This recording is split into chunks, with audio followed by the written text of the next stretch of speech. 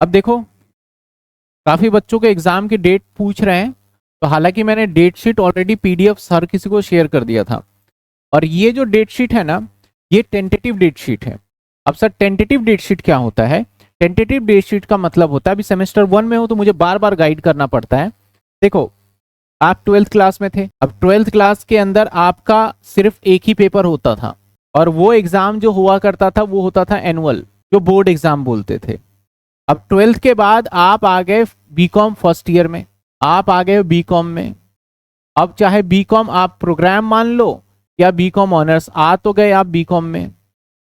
और बीकॉम में आते ही आप एक नए वर्ड को सुन रहे हो, दैट इज, उस वर्ड का नाम है एनईपी। एनईपी हर जगह आपको टीचर बोल देते होंगे एनईपी, तो कई बार बच्चा कंफ्यूज हो जाता है कि क्या बोल गए एनईपी। तो एनईपी क्या है हमारा? ये जो न्यू एजुकेशन पॉलिसी आया था उस पॉलिसी के आधार पे था। तो इस पॉलिसी में क्या डिसाइड किया गया था? वन नेशन वन एजुकेशन बोल रहे थे कि हर जगह का सिलेबस हम कॉमन कर देते हैं, बच्चों को दिक्कत ना हो, चाहे किसी भी यूनिवर्सिटी का हो। लेकिन ये हो नहीं पाया अभी तक, और ना ही मुझे लगता है कि आने वाले टाइम में हो जाए। लेकिन अभी आपके सेमेस्टर 1 के फिर सिलेबस चेंज होंगे, क्योंकि सही से अभी कस्टमाइज हुआ नहीं है, लेकिन हम उस पर नहीं जाएंगे। अब जैसे ही आप इसके अंदर आए तो आपको पता चल गया कि भाई जो आ गया हूं इसमें, इसके अंदर अब 3 सेमेस्टर हैं हमारे, 3 साल हैं। एक आ गया आपका कौन सा? First year. और एक आ गया आपका कौन सा? Second year. और एक आ गया आपका कौन सा? Third year. 3 साल में डिवाइड कर दिया, मैं बिल्कुल बेसिक से बता रहा हूं। 3 साल में डिवाइड कर दिया गया आपके इन 3 सालों को। और एक इसके बाद आ गया हमारा फोर्थ ईयर। तो काफी सारे बच्चों के मन में ना फोर्थ ईयर वाला भी पॉइंट, जिसने ज्यादा, क्योंकि बहुत सारे बच्चे रिसर्च करते हैं तो उसने देखा होगा यार फोर्थ ईयर का भी हो गया ये तो फोर्थ। अब बच्चों का क्वेश्चन क्या है सर? फोर्थ ईयर का ग्रेजुएशन है क्या? है ना? आप में से किसी को पता है फोर्थ ईयर क्या है? सुना है? तो बहुत बच्चों का क्या कहना है कि ग्रेजुएशन क्या 4 साल की है? यानी बहुत बच्चे कंफ्यूज है कि 4 साल की है कि 3 साल की है, ये पता ही नहीं चल पा रहा कि ग्रेजुएशन कितने टाइम की है। तो मैं सबसे पहले आपके एग्जाम की बात करूं तो यहाँ पे आपके 2 एग्जाम होते हैं। एक होता है हमारा सेमेस्टर 1 का, और फिर इसके बाद होगा सेमेस्टर 2 का। इसमें भी आपके होंगे 7 एग्जाम, और इसमें भी आपके होंगे 7 एग्जाम। लेकिन ये 7 अलग एग्जाम होंगे, ये 7 अलग एग्जाम होंगे। अगर आप यहाँ पे इकोनॉमिक्स पढ़ रहे हो तो यहाँ कोई और सब्जेक्ट होगा, यानी सब्जेक्ट बदल जाएगा। स्कूल के जैसा नहीं होगा, फर्स्ट टर्म में आधा आ गया, अब सेकंड टर्म में पूरा आ जाएगा। तो कई बच्चों के माइंड में ये रहता है। अब जो 7 सब्जेक्ट है ना, इसके अंदर सब्जेक्ट्स को बांटा गया है 3 कैटेगरी में। वैसे तो अलग अलग, एक तो कोर सब्जेक्ट दे दिया, तो मेरे भाई कोर सब्जेक्ट वो है जो कि सबको मिलेगा। और एक कुछ आपके सैक वैक और इस तरीके के सब्जेक्ट्स दे दिए हैं। तो good evening, this is my first class, okay. Semester 2 में भी ऐसे, तो जितने भी साल पढ़ेंगे, first year, second year, third year, अब हर किसी में सेमेस्टर होगा। इसके बाद जैसे ही यहाँ पे आएंगे तो यहाँ पे आ जाएगा आपका सेमेस्टर नंबर 3, और यहाँ आ जाएगा सेमेस्टर नंबर 4। आगे आएंगे तो क्या आ जाएगा इसके बाद? सेमेस्टर नंबर 5, और फिर क्या आ जाएगा? सेमेस्टर नंबर 6, और यहाँ आ जाएगा आपका सेमेस्टर नंबर 7, और यहाँ आ जाएगा आपका सेमेस्टर नंबर 8। ये सेमेस्टर आ गया। अब हर एक सेमेस्टर में 7 एग्जाम है, लेकिन कुछ एक सब्जेक्ट्स के आपके प्रैक्टिकल होंगे, उसके थ्योरी एग्जाम होंगे ही नहीं। सिर्फ प्रैक्टिकल ले लिया, बात खत्म। तो आप अभी ये समझ के चलना, बहुत बच्चों को तो ये भी कंफ्यूजन होगी, यार मेरे पास थे 7 सब्जेक्ट, डेट शीट में 6 ही है, पेपर में 6 के दे रहा हूँ, पेपर में 5 के दे रहा हूँ। तो ये पॉसिबिलिटी है। कुछ सब्जेक्ट्स ऐसे हैं जैसे कंप्यूटर टूल्स एप्लीकेशन, ऐसे सब्जेक्ट्स हैं जो कि सब्जेक्ट्स का लेना देना नहीं, बस प्रोजेक्ट लेके बोलते हैं हटाओ इसके मार्क्स लगा देंगे। अब आपका सेमेस्टर 1 का जो एग्जाम है, इसके अंदर कोर, जितने भी सेमेस्टर है इन सभी में कोर होंगे, तो कोर 3 ही सब्जेक्ट रखे गए हैं। लेकिन सेमेस्टर 7 के अंदर कोर सब्जेक्ट का फंडा हटा दिया गया है। First year, second year, third year, यानी 6 सेमेस्टर तक 3 कोर सब्जेक्ट होंगे। जैसे यहाँ पे 3 कोर सब्जेक्ट्स है आपके, एक तो एफए है, एक बिजनेस लॉ है, एक हो सकता है आपका बिजनेस ऑर्गेनाइजेशन मैनेजमेंट हो, एक मैनेजमेंट एप्लीकेशन के नाम से हो। सेकंड सेमेस्टर में जाओगे तो कॉर्पोरेट अकाउंट आ जाएगा, और एक एचआरएम आ जाएगा, और एक कंपनी लॉ आ जाएगा, सबके पास कॉर। थर्ड सेमेस्टर में जाओगे तो बिजनेस मैथ्स आ जाएगा, और इसके बाद आपके पास आ जाएगा फाइनेंशियल मैनेजमेंट, और एक आ जाएगा आपके पास प्रिंसिपल ऑफ मार्केटिंग। तो हर किसी का अलग सिस्टम डिजाइन है। अब सर हम 4 साल वाला कर रहे हैं एडमिशन लेके, या फिर 3 साल वाला कर रहे हैं?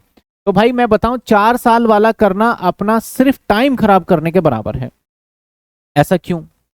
पता है गवर्नमेंट क्या कहती है?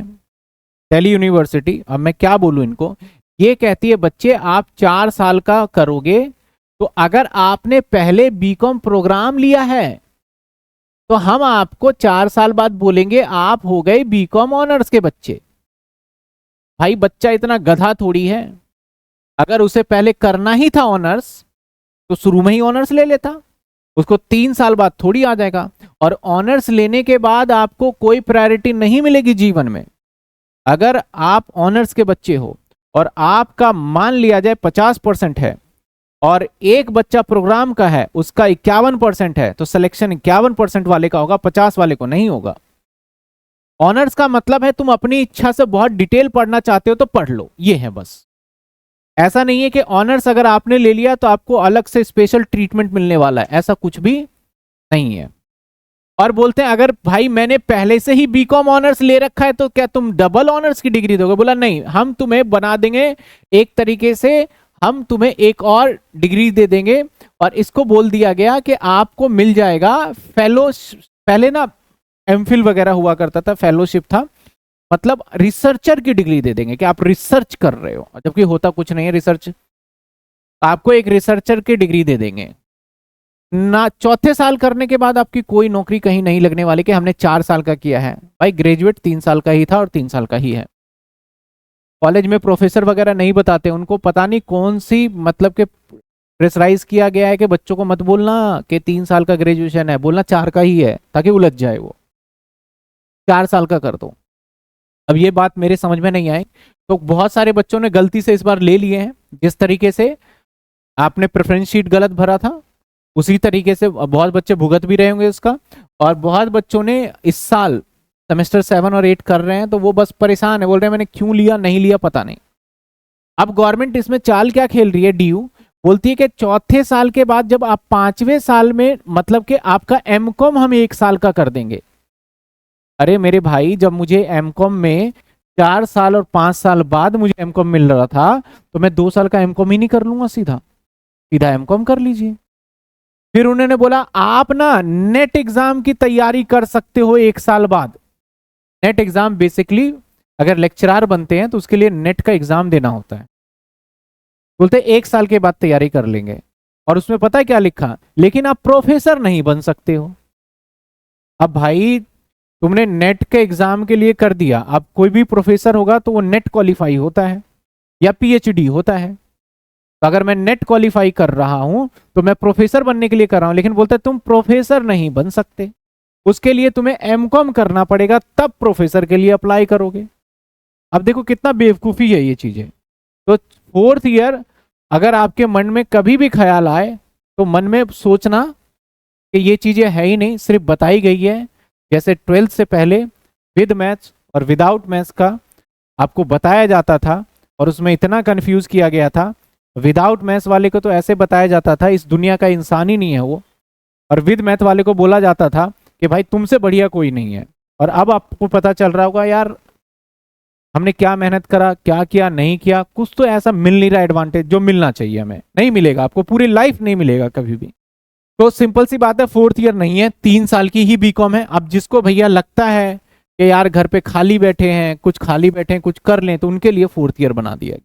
उलझे रहो आप, वैसा कोई रोल नहीं है। अभी आप रेगुलर कॉलेज में अगर हो तो कॉलेज जाना और 4th ईयर वाले सीनियर से जाके पूछना भैया मजा आ रहा है, क्या लग रहा था आपको, क्या सोच के लिया था। तो वो बोलेंगे कि कौन सा सब्जेक्ट कहाँ से पढ़ना है, मुझे कोई मिले तो बता दो। ये हाल है, उनको ये भी नहीं पता कि कौन से सब्जेक्ट से, पेपर ऊपर सब आ गए, सब्जेक्ट्स कहाँ से पढ़ना है, कैसे पढ़ना है, कैसा पेपर आएगा नहीं आएगा बता दो, कुछ नहीं पता उनको। तो ये सेमेस्टर आपके हैं। अब हमें तो भैया इनके इतने ज्यादा लंबी प्लानिंग नहीं करना है, हमें तो पढ़ना है किसमें, सेमेस्टर नंबर 1 में। तो भाई सेमेस्टर नंबर 1 के अंदर आप अगर आते हो तो 7 सब्जेक्ट है, लेकिन 7 सब्जेक्ट्स के अंदर इन्होंने एक गेम और खेला कि हम आपको ग्रेड देंगे, नंबर नहीं देंगे हम आपको। तो भैया जब ग्रेड दे रहे हो तो क्वेश्चन पेपर भी ग्रेड से लो। क्यों बोल रहे हो 18 नंबर का पेपर है, आपको बोलना चाहिए 4 ग्रेड का पेपर है, 2 ग्रेड का पेपर है, उसके हिसाब से बच्चा तैयारी करे। यानी अभी फिलहाल आप जब पेपर दोगे तो आपके कितने नंबर आएंगे एक्चुअल किसी को नहीं पता, आप पूरा पेपर करके आ रहे हो, कितने नंबर आ रहे हैं, उसका ना ट्रांसपेरेंसी नहीं है वो। हाँ, इन्होंने बस ग्रेड में कर दिया, पहले ओ कर दिया, ए प्लस कर दिया, ए कर दिया, बी प्लस कर दिया, बी कर दिया, सी प्लस कर दिया, सी कर दिया, उसके बाद कर दिया फेल। डी नहीं आएगा किसी का। ओ मतलब भैया तुम्हारे पूरे में से पूरे नंबर आए हैं, यानी आपको 10 ग्रेड में से दिया जाएगा तो तुम्हारे 10 आए हैं यहाँ पे, यानी आप आउटस्टैंडिंग। ए प्लस का मतलब आपके 9 आए हैं, ए का मतलब आपका 8 आए हैं, बी का मतलब आपका 6-7 आ सकता है, ऐसे बी का यहाँ पे है, और सी प्लस का मतलब यहाँ पे आपके 4 तो है ही है, 4 और 5 के बराबर। अब नॉर्मली समझा जाए 100 नंबर का पेपर है, 100 में से आप 4 दे रहे हो, तो इसका मतलब 100 को आपने 10 में बदला और 10 में से आप 4 दे रहे हो, तो यानी 4 नंबर का मतलब होता है 40%। तो बोला गया कि अगर आपके 4 में से अगर आपके 39 नंबर भी आएंगे ना, तो हम बोल देंगे आप हो गए फेल, और हम बताएंगे नहीं कि आपके कितने नंबर आए, बस उसके आगे हम 0 लिख देंगे। यानी आप 39 नंबर का पेपर करके भी आ रहे हो ना एग्जाम में, तो आपको मार्कशीट में 0 मिलेगा, मतलब वो मेहनत कहीं नहीं भाई। कम से कम मेरे हिसाब से बच्चों को नंबर का कैटेगरी का देना चाहिए, उसे पता तो चलता कि मेरे 30 नंबर है, मुझे 10 नंबर के लायक और मेहनत करके आगे बढ़ूंगा तो मैं पास हो जाऊं। लेकिन यहाँ नहीं पता चलेगा, यहाँ पे आप फेल हो गए, आपने कितना अच्छा लिखा कितना बुरा लिखा नहीं पता लगता भाई। तो ये चीज है। अब सेमेस्टर 1 की बात करें, सेमेस्टर 1 में आपका एक फाइनेंशियल अकाउंट है, एक आपका लॉ है, एक आपका बिजनेस ऑर्गेनाइजेशन मैनेजमेंट कह लो या एमपीए कह लो, management principal and application.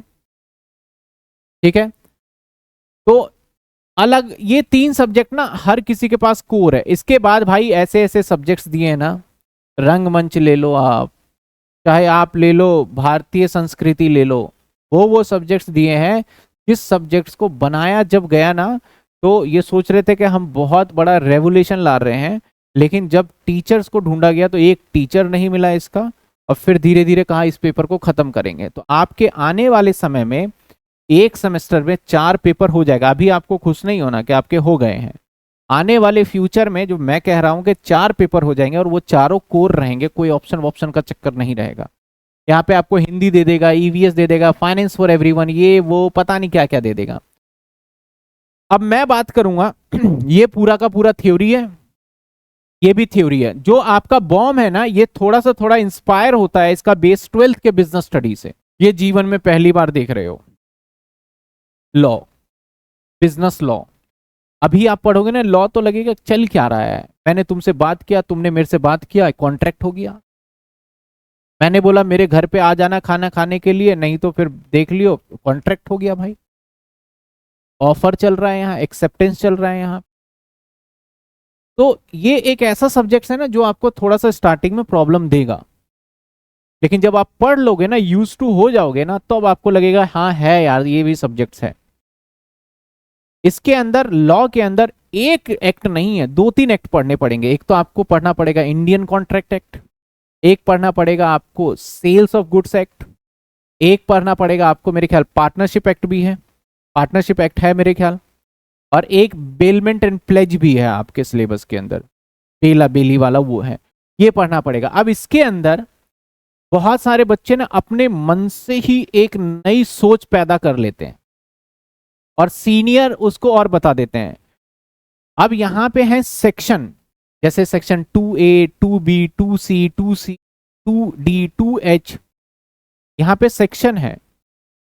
2A जैसे कि ऑफर हो गया, एक्सेप्टेंस हो गया, एनफोर्सेबल बाय लॉ हो गया। वो लॉ के टीचर्स आपको पढ़ा भी रहे हैं हमारे प्लेटफॉर्म पे, आपको वीडियो मिल भी रही होगी। पिछले संडे नहीं रिकॉर्ड हो पाई, इस दिवाली में होगी, 3-4 रिकॉर्ड आपको मिल जाएगा और नो डाउट आपको समझ में आ रहा होगा। कहते हैं इसके सेक्शन लिख के आने बहुत जरूरी है, तो मैं कहता हूं नहीं लिखने। अगर आपको 100% याद है तो लिखिए, अदरवाइज नहीं लिखिए आप, याद रहे ये। सर लॉ में लॉ की भाषा लिखनी बहुत जरूरी है, ऐसा नहीं है, आप अपने लैंग्वेज में भी लिख सकते हो, लेकिन लॉ के कुछ वर्ड है जो लिखना पड़ेगा, जैसे एनफोर्सेबल बाय लॉ, अब ये टेक्निकल वर्ड है भाई। कंसीडरेशन, ये भी टेक्निकल वर्ड है। या फिर वॉइड, वॉइडेबल, तो ये वर्ड आपको इस्तेमाल करना है, बाकी आप अपने लैंग्वेज में लिख सकते। तो ये लॉ की कहानी है। अब बात करते हैं सर एफए। बच्चे कह रहे हैं सर फाइनेंशियल अकाउंट में क्या पढ़ें, एफए की बात कर रहे हैं। तो सर एफए के अंदर आपके प्रैक्टिकल चैप्टर में सीधा सीधा बता देता हूं क्या है। पहला एक फाइनल अकाउंट, दूसरा है एनपीओ नॉन प्रॉफिट, ये आपने आज से पहले नहीं पढ़ा और दिल्ली के बाहर वाले बच्चों ने एनपीओ पढ़ रखा होगा, नॉन प्रॉफिट ऑर्गेनाइजेशन। तीसरा है डेप्रीशिएशन, जिसको नाम बदल के अभी चल रहा है ये पीपीई, जो कि मैंने करा दिए हैं। चौथा है आपका इन्वेंट्री, ये भी हट जाना चाहिए, ये पता नहीं भगवान जाने क्यों डाला हुआ है यहाँ पे, इन्वेंट्री का कोई ऐसा रोल नहीं है। कहा गया AS2 है तो AS2 है, तो भाई AS2 इतने डिटेल में थोड़ी ना पढ़ा रहे हैं आपको, ये वैसे कॉस्टिंग में पढ़ा ही देते हो आप, तो हटा दो इसको। नंबर 5 पे देखा जाए तो आपका है ब्रांच, नंबर 6 पे देखा जाए तो है डिपार्टमेंटल, और नंबर 7 पे देखा जाए तो है अकाउंटिंग स्टैंडर्ड। इसके अंदर काफी सारे अकाउंटिंग स्टैंडर्ड है। आपका AS अकाउंटिंग स्टैंडर्ड की बात, नंबरिंग चलती है इसके अंदर, तो अकाउंटिंग स्टैंडर्ड इसके अंदर 2 है, अकाउंटिंग स्टैंडर्ड इसके अंदर मेरे ख्याल 4 भी है, अकाउंटिंग स्टैंडर्ड इसमें मेरे ख्याल 9 भी है, अकाउंटिंग स्टैंडर्ड आपका 10 भी है, अकाउंटिंग स्टैंडर्ड आपके 19 भी है। काफी सारे अकाउंटिंग स्टैंडर्ड्स हैं इसके अंदर जो कि आपको पढ़ने पड़ेंगे। इसमें से क्वेश्चन थ्योरी के फॉर्मेट में पूछा जाएगा। बस एक अकाउंटिंग स्टैंडर्ड 19 जो कि लीज का है, इसके अंदर आपका प्रैक्टिकल क्वेश्चन आ जाता है।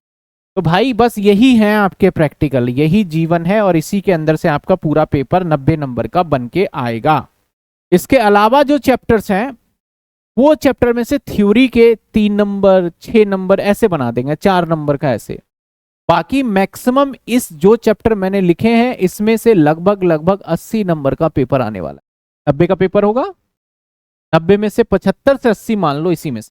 अब सर इसके अंदर भी सर हम कैसे पढ़ें, क्या सीक्वेंस रखना चाहिए। बच्चे क्या करते हैं, गलत चैप्टर उठा लेते हैं। अब बच्चे ने देखा एनपीओ नॉन प्रॉफिट ऑर्गेनाइजेशन और सोचा कि भैया ये नया चैप्टर है, फाइनल अकाउंट तो आता है, कर लेंगे, नए वाले को पढ़ लेते हैं। और अगर एनपीओ उठा लिया तो थोड़ा टफ माना जाता है, इसके अंदर कॉम्प्लिकेशन बहुत ज्यादा है, तो फिर बच्चों का क्या होता है, यार बड़ा टफ लग रहा है। और कुछ बच्चे सोचते हैं फाइनल अकाउंट 11th वाला ही कर लेंगे। भाई 11th वाले से बहुत एडवांस में आ जाता है, इसमें एडजस्टमेंट एक्स्ट्रा आ जाते हैं। डेप्रीशिएशन 11th में तो चेंज मेथड था नहीं, यहाँ चेंज मेथड आ गया। रिवैल्यूएशन था नहीं, यहाँ रिवैल्यूएशन आ गया, तो उससे कहीं आगे आ जाते हैं।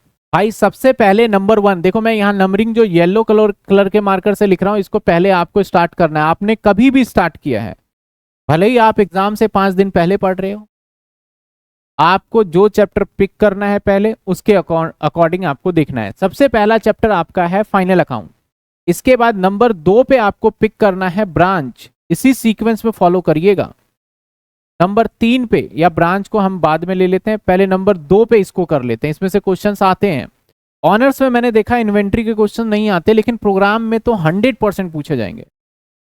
नंबर 3 पे देखा जाए तो आप इसको स्टार्ट करना, नंबर 4 पे देखा जाए तो आप इसको स्टार्ट करना। मैं नंबरिंग बता रहा हूं कि जैसे चैप्टर खत्म हो इसके बाद क्या कर लेना चाहिए। नंबर 5 पे आप इसको स्टार्ट करना, नंबर 6 पे इसमें से आप सिर्फ 19 वाला कर लेना, और लास्ट में नंबर 7 पे आप इसको करना। सर कंप्यूटर का भी है भाई, कंप्यूटर में से पेपर में कुछ भी नहीं पूछा जाता है, सिंपल सा मैं बता दूं आपको। कंप्यूटर जो रेगुलर के बच्चे हैं उनके लैब टेस्टिंग में, लैब में टैली वगैरह से रिलेटेड है, वही पूछा जाएगा। पेपर में तो क्वेश्चन पूछ नहीं रहे ये फिलहाल के लिए। तो ये कंप्यूटर सब्जेक्ट दिया क्यों है ये तो ड्यू वाले बताएंगे, वो भी कंफ्यूज है हमने क्यों डाला है इसके अंदर, उसमें से क्वेश्चन में पेपर, क्योंकि टैली है भाई। अब टैली का क्वेश्चन आप थ्योरी में कैसे पूछ सकते हो, वो तो प्रैक्टिकल करने वाली चीज है। वहां पे बताओगे लेजर क्रिएट करना, ये क्रिएट करना, वो तो कॉम्प्लिकेटेड है पूरा, उसमें कैसे हो सकता है। तो वो चीजें रहने वाली है। तो ये पढ़ने का आपका पूरा का पूरा प्रैक्टिकल है। इसमें से 2 चैप्टर ऐसे हैं आपके जो कि 11th से रिलेटेड हैं थोड़े, लेकिन 11th जैसे एग्जैक्टली सेम नहीं है। वो एक है हमारा फाइनल अकाउंट और एक है हमारा डेप्रीशिएशन। बाकी सारे चैप्टर्स जो आप देख रहे हो ये कौन से हैं, न्यू। इसके बाद थ्योरी में अजम्पशन प्रिंसिपल, या फिर आपका हो cash basis accounting, accrual basis accounting, बड़े सारे पॉइंट्स आपके थ्योरी के हैं, क्योंकि मैं थ्योरी वाले पॉइंट के अंदर अलग से मैंने डाल दिया है, नोट्स डाल दिया ना मैंने थ्योरी के अलग से मैंने अपलोड कर दिया है, ठीक है। तो ये कुछ बच्चों का डाउट आ रहा था तो मैंने उसको क्लियर कर दिया। होपफुली आपको समझ में आ गया होगा कि कैसे कैसे क्या क्या करना है हमें फर्दर, तो उसके हिसाब से लेके चलना होगा। चलिए कोई बात नहीं, आगे बढ़ेंगे और आगे उसी के हिसाब से करेंगे। तो अब जो मैं आपकी क्लास है, एक रीवैल्यूएशन की क्लास मैं रिकॉर्ड करके अपलोड करूंगा, रीवैल्यूएशन वाला जो एसेट्स का है। इसके बाद मंडे है दिवाली, आपकी क्लास जाएगी वेडनेसडे को, और वेडनेसडे को हम न्यू चैप्टर स्टार्ट करने जा रहे हैं, दैट इज चैप्टर का नेम है डिपार्टमेंटल। जो वेडनेसडे को हम एक न्यू चैप्टर स्टार्ट करेंगे डिपार्टमेंटल। ठीक है सर, थ्योरी के नोट्स चाहिए सर जी। थ्योरी के नोट्स आप फोल्डर में देखोगे, थ्योरी के नाम से डले हुए इंपॉर्टेंट क्वेश्चन। किस नाम से बताना, किस नाम से थ्योरी डला हुआ? एक मोस्ट इंपॉर्टेंट फाइल के नाम से है, और इसके अंदर आपको सारी की सारी थ्योरी मिल जाएगी। जब आप जाओगे फाइल में, उसके अंदर आपको मिल जाएगी। ठीक है, चलिए एनीवे आज की क्लास को यहीं पे एंड करते हैं। थोड़ा सा आपको गाइडेंस देना था, मैंने दिया। अगली क्लास वेडनेसडे को होगी, और वेडनेसडे वाले दिन हम डिपार्टमेंटल करेंगे। और जो बच्चे लाइव हैं, आप लाइव क्लास जरूर अटेंड करें, तो आपको अच्छा भी रहेगा। आप क्वेश्चन पूछते हैं, उसका आपको आंसर भी मिल जाएगा। आप अगर लाइव क्लासेस नहीं ले रहे हैं तो ऐसा लग रहा है कि आप पढ़ रहे हैं और अपनी मन मर्जी से चल रहे हैं। और जब लाइव क्लास नहीं लेते हैं तो आप क्लास को बहुत स्पीडली बढ़ा के देख लेते हैं, तो उसके अंदर कई सारे कॉन्सेप्ट मैं बता रहा हूँ शायद स्किप हो जाए। लाइव में तो आप ऐसा कर ही नहीं सकते, तो ये एक बेनिफिट मिलता है कि लाइव क्लास के अंदर आप बिल्कुल एग्जैक्टली वैसे पढ़ रहे हैं, डिसिप्लिन में, आपके हाथ में कुछ भी नहीं है। जब रिकॉर्डेड क्लास देखते हैं तो आपके हाथ में सब कुछ होता है, जब मन होता है तब पढ़ते हैं, जब मन होता है तब करते हैं, जैसे मर्जी आगे बढ़ा के पीछे करके देखते हैं, तो वो एक डिसएडवांटेज है। लेकिन आपकी दोनों तरीके से है, आपको रिकॉर्डेड क्लास तो मिलती ही मिलती है। चलिए गुड नाइट, टेक केयर, मिलते हैं अगली क्लास में। आप सभी को एडवांस में हैप्पी दीपावली, और अगली क्लास हमारी दिवाली के बाद होगी। बस वीडियो ही देखना है या सब्सक्राइब भी करना है, प्लीज सब्सक्राइब और share to your friend, please subscribe.